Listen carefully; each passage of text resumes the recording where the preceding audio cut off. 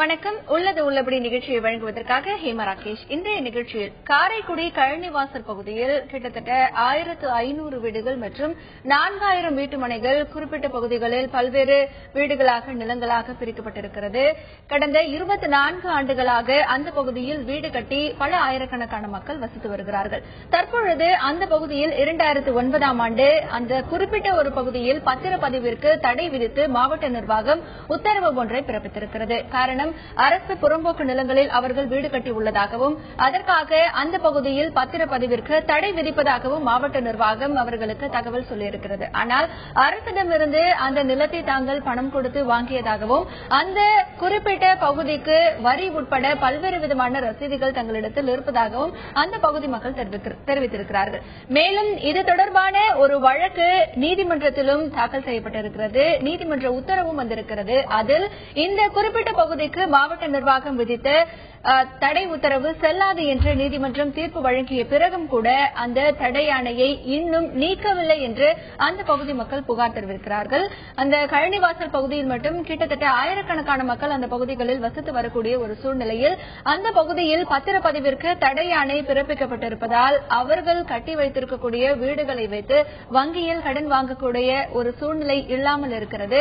இதனால் பல்வேறு விதமான மன உளைச்சலுக்கு ஆளாவதாக அந்த பகுதி மக்கள் குற்றம் சாட்டுகிறார்கள். ஆக அரசிடமிருந்து அந்த மக்கள் அந்த வீடுகளை வாங்கியதாக தெரிவிக்கிறார்கள். ஆனால் மாவட்ட நிர்வாகம் இது ஒரு சில அதிகாரிகளின் தவறு என்று கூறியிருக்கிறது. நீதிமன்ற உத்தரவிற்கு பிறகும் கூட தடை ஆணை விளக்கப்படவில்லை என்கின்ற ஒரு குற்றச்சாட்டு இருக்கக்கூடிய ஒரு நிலையில் இந்த தவறுக்கு யார் பொறுப்பேற்கிறார்கள்? நீதிமன்ற உத்தரவு வந்த பிறகும் கூட அந்த உத்தரவை நடைமுறைப்படுத்த மாவட்ட நிர்வாகம் ஏன் முனைப்பு காட்டவில்லை? அந்த பகுதி மக்களின் கோரிக்கைகள் என்னவாக இருக்கிறது என்பது பற்றி விரிவாக இன்றைய நிகழ்ச்சியில் விவாதிக்க இருக்கிறோம். இன்றைய நிகழ்ச்சியில் பங்கேற்பதற்காக நம்முடைய மதுரை செய்தியரங்கில் இணைந்திருக்கிறார் மார்க்சிஸ்ட் கம்யூனிஸ்ட் கட்சியைச் சேர்ந்த திரு கனகராஜ் அவர்கள். அவரை இந்த நிகழ்ச்சிக்கு வரவேற்கிறோம். வணக்கம் திரு கனகராஜ். காரைக்குடி கழனிவாசல் பகுதியில கிட்டத்தட்ட 1500 வீடுகள், 4000 வீட்டு மனைகள் என மக்கள் கடந்த 25 வருடங்களாக அங்கு வசிச்சிட்டு இருக்காங்க. ஆனா 25 வருடங்களாக அங்க இருந்தும் கூட அவர்களுக்கு சில ஆண்டுகளாக அந்த பகுதியில் பத்திரப்பதிவிற்கு தடை விதித்து மாவட்ட நிர்வாகம் ஒரு உத்தரவை பிறப்பிச்சிருக்கிறது. இந்த குளறுபடிகளுக்கெல்லாம் யார் காரணம்னு நீங்க நினைக்கிறீங்க? நீங்க சொல்ற இந்த ஒரு அம்சம் மட்டும் இல்லாம சிவகங்கை மாவட்டத்தில் வேறு சில இடங்கள்லையும் கூட இதே மாதிரியான விஷயங்கள் நடந்துட்டு இருக்கு. நீங்க அதை பாத்தீங்கன்னா தான் ஒட்டுமொத்தமா என்ன பிரச்சனைன்னு புரிஞ்சு கொள்ள முடியும். இந்த குன்றக்குடிக்கு பக்கத்தில் இருக்கக்கூடிய பலவான்குடின்னு ஒரு கிராமத்தில் ஒரு 268 பேருக்கு பட்டா கொடுக்கறாங்க திமுக ஆட்சி காலத்தில். இப்போ அவங்க எல்லாம் அந்த இடத்துல குடிசை போட்டு குடியிருந்தா அதை காலி பண்ண சொல்றாங்க. அதை அதிகாரிகள்கிட்ட கொண்டு போய் பட்டாவை காமிச்ச போது இது வெறும் பேப்பர் பட்டா, இது செல்லாதுன்னு அவர் வாங்கி கிழிச்சு போட்டிருக்காரு. கீழாயூர்னு நீங்க இளையான்குடி பக்கத்துல, இதுவும் சிவகங்கை மாவட்டத்தில் ஒரு 300 குடும்பங்கள் நீண்ட நெடுங்காலமாக அவங்க எல்லாம் பர்மால இருந்து இங்க தாயகம் திரும்பியவர்கள். அவங்களுடைய இடத்தை முழுவதையும் வீடு கட்டி அவங்க 30 வருஷத்துக்கு மேல குடியிருக்கிறாங்க. அந்த வீடுகளை எல்லாம் காலி செய்ய வேண்டும் என்று சொல்றாங்க. அதே போல நீங்க சொன்ன அந்த கள்ளிவாசலுக்கு பக்கத்துல அந்த சங்கராபுரம் பஞ்சாயத்திலேயே சங்கந்திடல்னு ஒரு ஊர்ல ஒரு 9 பேர் ஏற்கனவே இருக்கிறவங்களுக்கான இடத்துல அதிமுக பிரமுகர் ஒருத்தருக்கு பட்டா வழங்கி மாவட்ட நிர்வாகம் வழங்கியிருக்கு. இது எல்லாத்தையும் நீங்க பாத்தீங்கன்னா சிவகங்கை மாவட்டத்தில் ஒட்டுமொத்தமாகவே இந்த மாதிரி அதிகாரிகள் குளறுபடி செய்தார்கள் அல்லது அரசியல் அதிகாரத்தில் இருந்தவர்கள் பட்டா கொடுக்க சொன்னார்கள், அந்த நேரத்தில் நாங்க விவரம் இல்லாம கொடுத்துட்டோம்னு சொன்னா அந்த விஷயங்களின் மீது நடவடிக்கைக்கு உள்ளாக்கப்பட வேண்டியவர்கள் யார் தவறாக கொடுத்தார்களோ அந்த அதிகாரிகளே தவிர, நீங்க பணம் கொடுத்து வாங்கியாச்சு, வாங்கினவர் எப்படி அதை திருப்பி கொடுக்க முடியும்? அவர் பணத்தை ஏற்கனவே கொடுத்துட்டாரு. வெறும் நிலத்துக்கு பணம் கொடுத்தது மட்டும் இல்ல, நீங்க சொல்ற அந்த ஊரை பொறுத்த மட்டும் எல்லாரும் அந்த இடத்துல சிமெண்ட் வீடுகள், காரை வீடுகள் கட்டி குடியிருந்து வர்றாங்க. இதுக்கு பல பேர் லோன் எடுத்து போட்டு வச்சிருக்காங்க. சரி, ஒருவேளை ஒரு தவறாக கொடுத்தார் என்றால் நீங்க ஒருத்தர் தான் கொடுத்தாருன்னு வச்சுக்கிட்டா கூட, நீங்க ஒரு வீடு கட்டும் போது பல்வேறு துறைகளில் அதுல இருக்கிற நிறைய பேர் அரசு அல்லது பொதுத்துறை நிறுவனங்கள்ல வேலை பார்க்கக்கூடியவங்க. இவங்க அங்க ஒப்புதல் வாங்கும் போது அதே போல அந்த ஒப்புதலுக்காக ஒவ்வொரு இடத்துலையும் நீங்க அனுமதி பெறுவதற்காக போகிற போது அந்த ரெக்கார்ட்ல எல்லாம் எப்படி இருந்ததுங்கிற ஒரு கேள்வி இருக்குல்ல. அப்ப என்டையர் சிஸ்டம் கொலாப்ஸ் ஆயிருக்கா அல்லது இன்னைக்கு சொல்றது தப்பா என்பது ஒரு அடிப்படையான கேள்வி. இந்த கேள்வி எதுவாக இருந்தாலும் அங்கே இருக்கிறவர்களை நீங்க காலி பண்ண சொல்ல முடியாது என்பது ஒரு அம்சம். இந்த மாதிரியான விஷயங்கள்ல சமீப காலத்தில் நீதிமன்ற உத்தரவுகளை ஏற்றுக்கொள்ளாத போக்கு தமிழ்நாட்டில் வந்துகிட்டு இருக்கு. அது காவல்துறையா இருந்தாலும் சரி, வருவாய்த்துறையா இருந்தாலும் சரி, அல்லது வேறு சில துறைகளாக இருந்தாலும் சரி, இவங்களுக்குள்ள அது அப்படி ஒரு பிரச்சனை இருக்கு. நீங்க காவல்துறை இன்னைக்கு தமிழ்நாட்டில் பாத்தீங்கன்னா அவங்க ஒரு அனுமதி மறுத்தாங்கன்னா முதல் நாள் சாயங்காலம் கொண்டாந்து கொடுப்பாங்க. ஏன்னு கேட்டா அவங்களே ஓபனா சொல்றாங்க, நீங்க நீதிமன்றத்துக்கு போயிருவீங்க. இப்ப நீதிமன்றத்தை விட தன்னை உயர்ந்தவர்களாக கருதி கொள்ளுகிற காவல்துறை, அதே போல நிர்வாகத்துறை எல்லாம் இருக்கு. இப்ப நீங்க சொன்ன பிறகு நீதிமன்றம் தான் இப்ப தலையிடணும். யார் இதை அமல்படுத்த மறுக்கிறார்களோ அந்த அவர்கள் மீது நீதிமன்ற அவமதிப்பு வழக்கை நீதிமன்றமே தானே முன்வந்து எடுத்துக்கொண்டு அவர்களுக்கு உரிய தண்டனையை கொடுக்க வேண்டும். இல்லைன்னா அதிகாரிகள், நீங்க அரசு நிர்வாகத்தில் இருக்கிறவங்க சொல்றாங்கன்னா, நீங்க அதாவது ஆட்சிகள் மாறி மாறி வரும், ஆனா இவங்கெல்லாம் ஒரு அரசினுடைய அங்கம் என்கிற முறையில் மாறாதவர்கள். எனவே இவங்க சட்டத்துக்கு உட்பட்டு தான் செயல்படணும். நீங்க எந்த ஒரு அரசு அமைப்பிலும் கூட இந்த ஸ்டாண்டிங் ஆர்டர், சர்வீஸ் ரூல்லாம் இருக்கும்போது சட்டப்படியான வேலைகளைத்தான் மேலதிகாரி சொன்னால் கூட செய்யணுமே தவிர சட்டத்துக்கு மீறி செய்ய முடியாது. இப்ப நீங்க தமிழ்நாட்டில் பார்க்கிற மற்ற இடங்கள், நீங்க ஒரு 6-7 பேர் இப்ப தற்கொலை செய்து இருக்காங்க. அவங்க எல்லாம் சொல்ற விஷயம் என்ன? சட்டத்துக்கு புறம்பான காரியங்களை உயர் அதிகாரிகளோ அல்லது அரசியல் அதிகாரத்தில் இருக்கிறவங்களோ செய்ய சொல்றாங்க அப்படிங்கறதா பிரச்சனை. எனவே இதுல நீதிமன்ற உத்தரவு உடனடியாக அமல்படுத்தப்பட வேண்டும் என்பதுதான் சரியான விஷயமாக இருக்கும். தவறிழைத்த அதிகாரிகள் மீது நடவடிக்கை எடுக்கணும், அது பிரச்சனை இல்லை. தொடர்ந்து பேசலாம் திரு கனகராஜ். கழனிவாசல் பகுதியை பொறுத்தவரை அங்கே கிட்டத்தட்ட 1500 வீடுகள் கட்டப்பட்டிருக்கின்றன, 4000 வீட்டு மனைகள் இருக்கின்றன. அரசிடமிருந்து அவர்கள் பணம் கொடுத்து அந்த நிலத்தை வாங்கி இருக்கிறார்கள், பட்டா வழங்கப்பட்டிருக்கிறது. ஆனால் திடீரென்று பத்திரப்பதவிற்கு ஒரு தடை ஆணையை பிறப்பித்து மாவட்ட நிர்வாகம் உத்தரவை பிறப்பித்திருக்கிறது. 25 ஆண்டுகளாக அங்கே வீடு கட்டி குடியிருக்கும் மக்கள் ஒரு மன உளைச்சலுக்கு ஆளாகி இருக்கிறார்கள். வீடு கட்டும் பொழுது ஒவ்வொரு துறையிடமும் அனுமதி பெறும் பொழுது இதற்கு அந்த பட்டாவை காண்பித்திருக்கிறார்கள். ஆக அங்கேயும் எந்த ஒரு கேள்வியும் எழுப்பப்படவில்லை. ஆனால் 25 ஆண்டுகளுக்கு பிறகு அந்த பகுதிக்கு பட்டா கொடுத்தது தவறு என்று மாவட்ட நிர்வாகம் சொல்லி தடை ஆணையை பிறப்பித்திருக்கிறது. ஆக ஒட்டுமொத்த அரசு இயந்திரமும் இதில் தவறு இழைத்திருக்கலாம். அதிகாரிகள் அவர்களுடைய அலட்சிய போக்கினால் இந்த ஆயிரக்கணக்கான மக்கள் பாதிக்கப்படுகிறார்கள் என்கின்ற ஒரு குற்றச்சாட்டும் இங்கு வைக்கப்படுகிறது. தொடர்ந்து அந்த பகுதியில் வசிக்கக்கூடிய மக்கள் தங்களுடைய கருத்துக்களை பதிவு செய்திருக்கிறார்கள். இவ்வளவு தூரம் நாங்க எங்களுடைய சேமிப்பை பூரா உழைச்சு சேர்த்து போட்டு கட்டி இருந்தோம். கடைசியில் உங்க இடம், அந்த இடம் நாங்களே அவங்களே அரசு துறையே பட்டா கொடுத்த இடமே உங்களுக்கு இல்ல அப்படின்னு சொன்னா என்ன அர்த்தத்தில் இருக்கு? எதை வச்சுதான் மக்கள் வாழ முடியும், இல்ல நாங்க தான் வாழ முடியும்? ஆக இப்படிப்பட்ட சூழ்நிலை இருந்தும் நாங்க பல விதமான பெட்டிஷன் கொடுத்தோம். கோர்ட்டுக்கு போய் கோர்ட்டு ஜட்ஜ்மெண்ட் தான் மேல, அவருக்கு மேல வேற ஒண்ணு இல்லைங்கிற நிலைமை இப்ப தமிழ்நாடு லெவலில் நடந்துகிட்டு இருக்கு. அப்படி அவங்க சொல்லியுமே கேட்காத அளவு இருக்க போகும்போது என்னைக்கு தான் எங்களுக்கு விடிவு கிடைக்கும்? ஒன்று விடிவு கிடைக்க இல்ல என்னங்கிறத ஒரு கேள்விக்குறியில ராத்திரி படுத்தா தூக்கம் இல்லையா? என் பிள்ளைங்களை காலேஜில் படிக்க வைக்கிறதுக்கு எனக்கு பண உதவி எதுவும் பெறட்ட முடியல. அதுக்காக வேண்டி இந்த இடத்த கொண்டுட்டு வீட்டு பட்டாவை கொண்டுட்டு போய் பேங்க்ல வச்சு அந்த பணத்தை வச்சு பிள்ளைங்களை படிக்க வைக்கலாம்னு நினைச்சா அதுவும் எங்களுக்கு முடியல. அது உங்க ஏரியா பத்திரப்பதிவு இல்லாதனால முடியாதுன்னு சொல்லிட்டாங்க. பிள்ளைகளை படிக்க வைக்கிறதுக்கு எந்த வசதியும் இல்ல. அதனால இந்த கவர்மெண்ட் இந்த ஏரியாவில் உள்ள என்ன போல எத்தனையோ பேரு பிள்ளைங்களை படிக்க வைக்கிறதுக்கும் கல்யாணம் பண்றதுக்கும் பிள்ளைங்களை எல்லா மற்ற வசதிகள் செஞ்சு கொடுக்கறதுக்கும் முடியாம தவிக்கிறாங்க. அதனால இந்த அரசு அதிக கவனம் செலுத்தி பத்திரப்பதிவுக்கு ஏற்பாடு பண்ணி இடத்தை விக்கிறதுக்கும் வாங்குறதுக்கும் தேவையான வசதிகளை செஞ்சு கொடுத்து எங்களை போல ஒவ்வொரு கஷ்டப்படுறவங்களுக்கும் ஒவ்வொருத்தருக்கு தேவையான வசதிகளை செஞ்சு கொடுக்கும்படி கேட்டுக்கொள்கிறேன். 1990ஆம் ஆண்டு இந்த சர்வே நம்பர் 65 இடம் வாங்கி 1994 மாவட்ட ஆட்சியரிடம் இருந்த லோன் வாங்கி வீடு கட்டியுள்ளேன். கிட்டத்தட்ட 27 ஆண்டுகள் செய்து அந்த இடம் செல்லாது என்று சொல்லிவிட்டார்கள். ஆகவே எனது பையனுக்கு அந்த இடத்தை அடமானம் வைத்துவிட்டு, அந்த வீட்டை அடமானம் வைத்துவிட்டு லோன் வாங்கி நான் ஒரு தொழில் துறை செய்வேன் என்று நினைத்தால் அது செய்ய முடியாத சூழ்நிலை ஆகிவிட்டது. பாண்டியன் நகரில் 1996 போதிய ஆவணங்களுடன் ஈசி போட்டு பேங்க் லோன் வாங்கி வீடு கட்டியுள்ளேன். அது முதல் தண்ணீர் வரி, வீட்டு வரி எல்லாமும் கட்டி வந்துள்ளேன். இப்பொழுது இதை விற்க முடியாது என்று தடை விதித்துள்ளது பெரும் பாதிப்பாக இருக்கிறது. இது அரசும் மற்ற அதிகாரிகளும் உடன் ஏற்பாடு செய்து ஏற்பாடு செய்ய வேண்டுகிறோம். மதுரையில் இருக்கும் திரு கனகராஜ் அவர்களிடத்தில் பேசலாம். திரு கனகராஜ், இப்ப இந்த குறிப்பிட்ட பகுதியைச் சேர்ந்த ஒரு 60க்கும் மேற்பட்ட மக்கள் 25,000க்கும் மேல செலவு பண்ணி நீதிமன்றத்தில் வழக்கு தொடர்ந்து நீதிமன்றத்திலிருந்து உத்தரவும் வந்திருக்கிறது, தடை யானையை மாவட்ட நிர்வாகம் திரும்ப பெற வேண்டும் அப்படின்னு. ஆனாலும் இன்று வரை அந்த தடை யானையை மாவட்ட நிர்வாகம் விலக்கிக் கொள்ளவில்லை அப்படிங்கிற ஒரு கருத்தையும் அந்த பகுதி மக்கள் முன்வைக்கிறாங்க.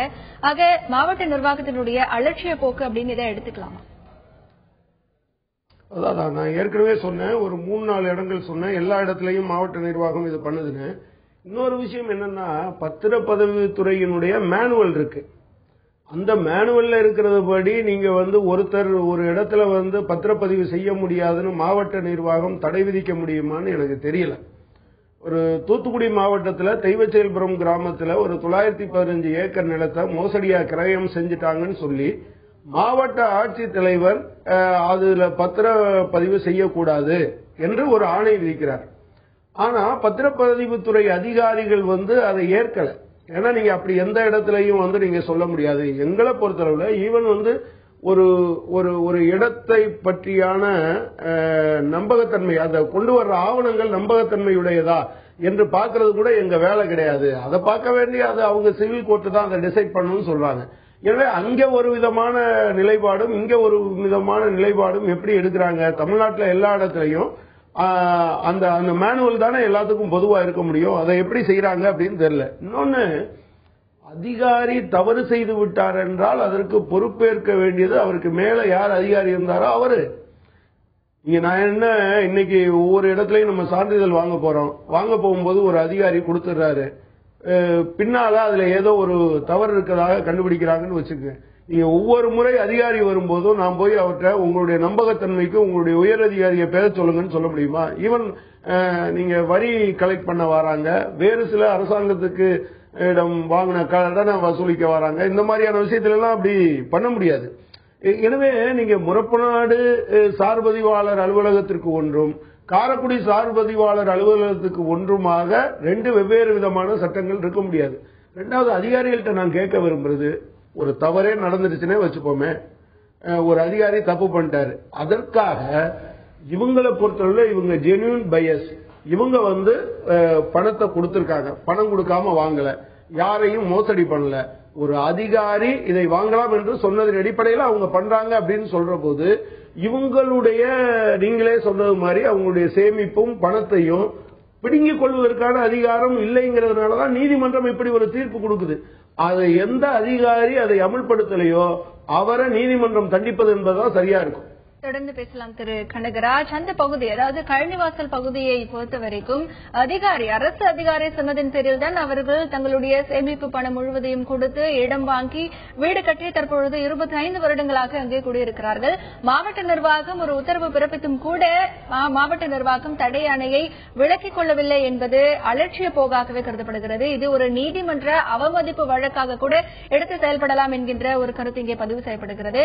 மேலும் எந்த ஒரு அதிகாரி தவறு செய்தாரோ அந்த அதிகாரிக்கு மேல் இருக்கக்கூடிய உயர் அதிகாரி இந்த தவறுக்கு பொறுப்பேற்க வேண்டும் என்கின்றும் சுட்டிக்காட்டப்படுகிறது. தொடர்ந்து அந்த பகுதி இருக்கக்கூடிய மக்கள் இது பற்றி என்ன நினைக்கிறார்கள், தங்களுடைய கருத்துக்களை பதிவு செய்திருக்கிறார்கள், கேட்கலாம்.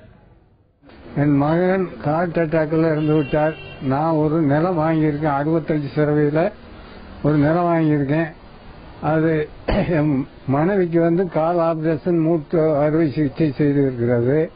அது கடன் கட்ட முடியாத நிலையில் அதை விற்கவும் முடியவில்லை, ஒன்றும் செய்ய முடியாத காரணத்தினால் கஷ்டத்தில் இருக்கிறேன். எனக்கு இதை முடிச்சு கொடுக்க ஆவணம் செய்யுமாறு கேட்டுக்கொள்கிறேன். நான் 2001 இந்த வீடு கட்ட ஆரம்பிச்சேன். அப்போ ஸ்டேட் பேங்க் ஆஃப் இந்தியாவில தான் லோன் வாங்கி கட்டினேன். அப்போ கட்டினதுல அப்பெல்லாம் ஒன்றும் பிரச்சனை இல்லை. நாங்க எல்லாமே பத்திரப்பதிவு ரெஜிஸ்டர் பண்ணோம். அதே மாதிரி பேங்க்ல நோ அப்ஜெக்ஷன் சர்டிபிகேட் எல்லாமே வாங்கி கொடுத்துருக்கிறேன்.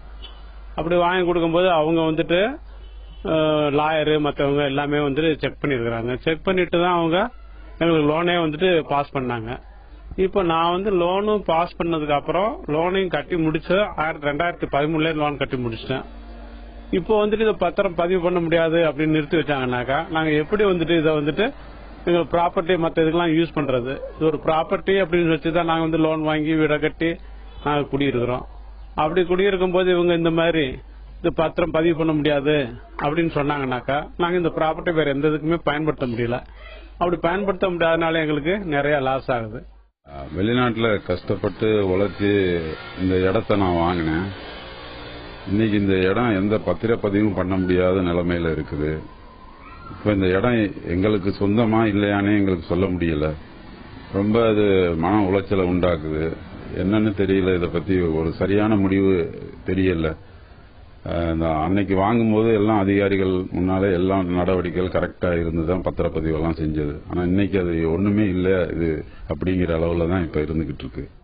கடந்த 25 வருடங்களுக்கு முன்பு தங்களுடைய முழு பணத்தையும் கொடுத்து தங்களுக்கான ஒரு சொத்தாக வருங்காலத்தில் தங்களுக்கு பாதுகாப்பை அளிக்கக்கூடிய ஒரு சேமிப்பாக இந்த நிலம் இருக்கும் என்று நம்பிக்கையின் அடிப்படையில் அதிகாரிகள் சொன்னதின் அடிப்படையில் அந்த இடத்தை வாங்கியிருக்கிறார்கள், வீட்டை கட்டியிருக்கிறார்கள். ஆனால் இன்றைய சூழ்நிலையில் அங்கே பத்திரப்பதிவிற்கு தடையாணை விதிக்கப்பட்டிருப்பது அவர்களுடைய பிள்ளைகளின் வாழ்வை கேள்விக்குறியாக்கி இருக்கிறது. மேலும் பிள்ளைகளின் கல்வி செலவிற்காகவும் திருமண செலவிற்காகவும் அந்த வீட்டை அடமானம் வைக்கவோ அல்லது வங்கியில் வைத்து கடன் பெறக்கூடிய சூழ்நிலையோ அங்கு இல்லை. இதனால் தாங்கள் ஒரு மிகப்பெரிய மன உளைச்சலுக்கு ஆளாவதாக அவர்கள் முன்வைக்கிறார்கள். தொடர்ந்து அந்த பகுதி மக்கள் என்ன கோரிக்கைகளை முன்வைத்திருக்கிறார்கள், தங்களுடைய கருத்துக்களை பதிவு செய்திருக்கிறார்கள், கேட்கலாம். 30 வருஷத்துக்கு மேல ஆயிடுச்சு நம்ம சைட் வாங்கி. அது பிறகு 90ல வீடு கட்டினேன். 94க்கு வந்தேன். கொஞ்சம் சிரமப்பட்டு இங்க போஸ்ட், லைட்டு, டெலிபோன் எல்லாமே கொண்டு வந்தது நான் தான் இந்த ஏரியாவுக்கு ஃபுல்லாவே. அப்புறம் 5 போஸ்ட் ஊனி அவ்வளவு சிரமப்பட்டு இப்ப கொண்டு வந்தது ஒரு லோன் கூட எடுக்கிறதுக்கு வாய்ப்பு இல்லாம வீடு முழுமைப்படுத்த முடியாம உட்கார்ந்துருக்கிறேன். 2005ல இடம் வாங்கினேன். இடம் வாங்கும்போது எல்லா ஈஸி எல்லா கிளியரன்ஸும் பார்த்து தான் வாங்கினேன். வாங்கி ரிஜிஸ்டர் பண்ணதெல்லாம் ஒன்றும் பிரச்சனை இல்லை. அதுக்கு வீடு கட்டுறதுக்கு அப்ரூவல் வாங்கிட்டேன், எல்லாம் வீடு கட்டினேன். இப்ப நான் அந்த வீடு கட்டி இருக்கும்போது இப்ப வந்து பட்டாவும் வாங்கினேன். இப்ப அந்த பட்டாவையும் வந்து ஆர்டிஓ வந்து நிப்பாட்டி வச்சிருக்காரு. அதனால எங்களுக்கு வந்து இது ஒரு பிரச்சனையா இருக்கு. ஒரு லோனு வாங்க முடியல. ஒரு கல்யாண காட்சிக்கு ஒரு மற்ற செலவுகளுக்கு நம்ம அதை வந்து ஒன்னும் பண்ண முடியாம சூழ்நிலையில எல்லாம் சிக்கல்ல இருக்கான். மாவட்ட நிர்வாகம் கழனிவாசல் பகுதியில் பத்திரப்பதிவை 2009ஆம் ஆண்டு முதல் நிறுத்தி வைத்திருக்கிறது. இதனால் பல்வேறு விதமான பிரச்சனைகளுக்கு ஆளாவதாக அந்த பகுதி மக்கள் தெரிவித்திருக்கிறார்கள். ஆக நீதிமன்ற உத்தரவை செயல்படுத்த வேண்டும் என்கின்ற கோரிக்கையையும் அவர்கள் முன்வைக்கிறார்கள். தொடர்ந்து மதுரையில் இருக்கும் திரு கனகராஜ் அவர்களிடத்தில் பேசலாம். திரு கனகராஜ், நீங்க சொல்லுங்க, இந்த விஷயத்துல அரசு என்ன மாதிரியான நடவடிக்கையை எடுக்க வேண்டும்? இந்த பிரச்சனைக்கு உடனடி தீர்வு காண வேண்டும் என்றால் என்ன செய்ய வேண்டும்? இல்ல, மாவட்ட ஆட்சித்தலைவரை கூப்பிட்டு அவங்க சொல்லிடலாம், நீங்க இந்த தடையாணையை நீக்கிக் கொள்ளுங்க அப்படின்னு சொல்லலாம். நீங்க சமீபத்தில் நடந்த சட்டமன்ற நடவடிக்கைகள் உங்களுக்கு தெரியும்ல. ஈரோடுல பெருந்துறையில ஒரு தனியார் குளிர்பான நிறுவனத்துக்கு 27 ஏக்கர் நிலம் 98 வருஷத்துக்கு ஒரு வருஷத்துக்கு ₹1 லீஸுக்கு கொடுக்கப்பட்டது. 98 வருஷத்துக்கு 98 வருஷம் வரையில வெறும் ₹98 கொடுத்தா போதும். கடைசி வருஷத்துக்கு ₹2 கொடுக்கணும். 99வது வருஷத்துக்கு ₹100 கொடுத்தா போதும். ஆரம்பத்தில் அரசாங்கம் வந்து அப்படிலாம் ஒன்றும் நடக்கலைன்னு சொல்லிச்சு. பிறகு வந்து ஆமா நிலம் கொடுத்துருக்கோம், ஆனா இன்னும் வந்து சுற்றுச்சூழல் அனுமதி தான் கொடுக்கல அப்படின்னு சொல்லி. சோ எங்கேயோ இருந்து வர்ற ஒரு தனியார் நிறுவனத்துக்கு ஒருவேளை இந்த கழனிவாசல் மக்கள் சொல்ற எல்லாவற்றையும் நீங்க நிராகரிச்சா கூட ஒரு விஷயம் என்ன இருக்கு அப்படின்னு சொன்னா, அதுல நடந்ததெல்லாம் தப்புன்னு கூட அரசாங்கம் வச்சுக்கணும். ஆனா உண்மையில தப்பு கிடையாது. இவங்க தரப்புல எந்த விதமான, நீங்க நம்ம நாட்டுல தவறிழைக்காத யாரும் தண்டிக்கப்படக்கூடாது இல்ல. இந்த மக்கள், நீங்க அந்த குரலை கேட்டீங்க, இவ்வளவு கொடூரம். உண்மையிலே நான் வந்து தந்தி டிவிக்கு நான் நன்றி சொல்வேன். இந்த இந்த இந்த மிகப்பெரிய தங்களுடைய சோகத்தை, அவலத்தை அரசுக்கு முன்னால் நீதிமன்றம் தலையிட்ட பிறகும் கூட கையறு நிலையில் இருக்கக்கூடிய மக்களுடைய அந்த உணர்ச்சிகளை நீங்க வெளியே கொண்டு வந்திருக்கீங்க. இப்படி தமிழ்நாடு முழுவதும் ஏராளமான இடங்கள் இருக்கு. நீங்க 27 ஏக்கர் இடத்தை கொடுக்க மாட்டேன்னு சொல்லிட்டு கடைசியில் அவங்க ரத்து பண்ணாங்க. ஏன் இந்த இடம் அப்படியே இருக்கணுமே, அரசுக்கு சொந்தமானதாகவே இந்த மக்களுக்கு கொடுக்கறதுல என்ன இருக்கு? ஏன்னா அவங்க ஏற்கனவே பே பண்ணிட்டாங்க. ஒண்ணு, தமிழ்நாடு முழுவதும் ஒரு 25 லட்சம் பேருக்கு நீங்க வந்து இன்னைக்கும் வீடோ வீட்டுமனை பட்டாவோ இல்லாதவர்களாக இருக்கிறார்கள். நீங்க தமிழ்நாட்டுல நமக்கு இருக்கிறது வீட்டை கட்டிப்பார் கல்யாணம் பண்ணிப்பாருன்னு சொல்லியிருக்காங்க. கல்யாணம் பண்ணி பார்க்கறத விட ரொம்ப முக்கியமானது வீடு கட்டுறதுங்கிறதுனாலதான் அந்த வீட்டை கட்டிப்பாருன்னு சொல்றாங்க. கல்யாணம். உங்களுடைய தகவல்களுக்கு நன்றி. கழனிவாசல் பகுதியை பொறுத்தவரை கிட்டத்தட்ட 1500 வீடுகள், 4000 வீட்டு மனைகள், 25 வருடங்களுக்கு முன் அங்கே இருக்கக்கூடிய மக்கள் தங்களுடைய சேமிப்பு முழுவதையும் வைத்து அந்த இடத்தையும் வாங்கியிருக்கிறார்கள், வீடுகளை கட்டியிருக்கிறார்கள். ஆனால் அவர்களுக்கு கொடுத்த பட்டா தற்பொழுது ரத்து செய்யப்பட்டிருக்கிறது. அதிகாரிகள் செய்த தவறின் காரணமாக அங்கு வசிக்கக்கூடிய ஆயிரக்கணக்கான மக்கள் பாதிக்கப்பட்டிருக்கிறார்கள். அதில் நீதிமன்றத்திலும் வழக்கு தொடரப்பட்டிருக்கிறது. நீதிமன்ற உத்தரவு வந்திருக்கிறது. அந்த பகுதியில் மாவட்ட நிர்வாகம் பிறப்பித்த பத்திரப்பதிவு தடை ஆணையை திரும்ப பெற வேண்டும் என்று. ஆனாலும் நீதிமன்ற உத்தரவு இன்றைக்கும் அமல்படுத்தப்படவில்லை. ஆக உடனடியாக நீதிமன்றம் மாவட்ட ஆட்சியருக்கு உத்தரவிட்டு அந்த மாவட்டத்தில் இருக்கக்கூடிய பத்திரப்பதிவு தடை ஆணையை நீக்க செய்ய வேண்டும். மேலும் இந்த தவறுக்கு அந்த அதிகாரியின் உயர்மட்ட அதிகாரிகள் தான் பொறுப்பேற்க வேண்டும் என்றும் இங்கே கருத்து பதிவு செய்யப்படுகிறது. தொடர்ந்து அந்த பகுதியில் இருக்கக்கூடிய ஆயிரக்கணக்கான மக்களின் எதிர்கால ஒரு சேமிப்பாக முதலீடாக இருக்கக்கூடிய அந்த ஒரு இடத்திற்கு பத்திரப்பதிவை உடனடியாக நடத்த வேண்டும் என்பதே அந்த பகுதி மக்களின் ஒட்டுமொத்த கோரிக்கையாக இருக்கிறது. இந்த நிகழ்வில் மதுரையிலிருந்து பங்கேற்ற திரு கனகராஜ் அவர்களுக்கு நன்றி. மீண்டும் ஒரு உள்ளது உள்ளபடி நிகழ்ச்சியில் சந்திக்கலாம். தொடர்வது 11 மணி செய்திகள். தொடர்ந்து இணைந்திருங்கள் தந்தி தொலைக்காட்சியுடன்.